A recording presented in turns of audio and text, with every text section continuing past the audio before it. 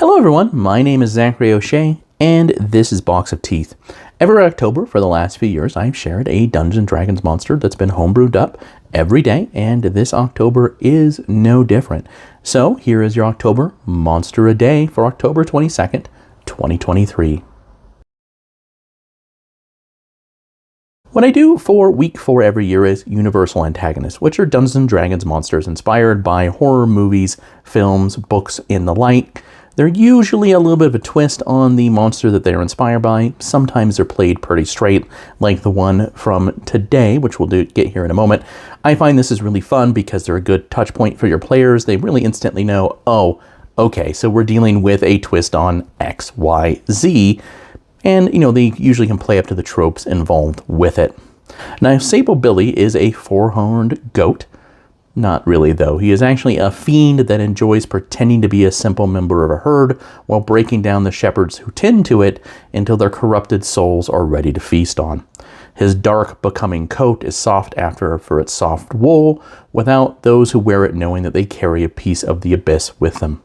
While Sable Billy proves capable in any fight, he prefers that others bloody their hands, and if he can't do that by manipulating them, well, he'll use direct magic instead.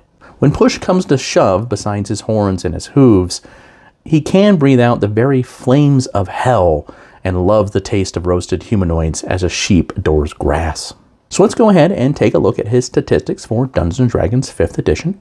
He is a medium fiend who is challenge rating 7, who has damage resistance to acid, cold, and fire, with athletics, deception, and religion. A decent armor class, pretty good hit points. He does have the charge ability as a goat would. He does have Devil Sight, so he can see in magical darkness.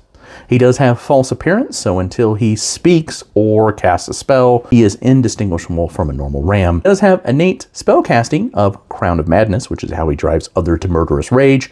He has fell regeneration, so he always recovers hit points as long as creatures around him have taken damage. And he has sure-footed, so he has advantage on strength and dexterity saving throws against things that would knock him prone. Actions-wise, he does have Ram, just like any other Ram would, because he has horns, but he also has Brimstone Breath, which is a fire breath weapon attack. But in addition, if you failed your save and take full damage from Brimstone Breath, he can also use Crown of Madness and maintain it every turn as a bonus action on you, as opposed to his actual action, which can make him a little more devastating in combat, as it were, or at least he can control more minions that way. All right, a nice, simple creature you could drop into any campaign and use to really manipulate your players and have a good bloody brawl at the end.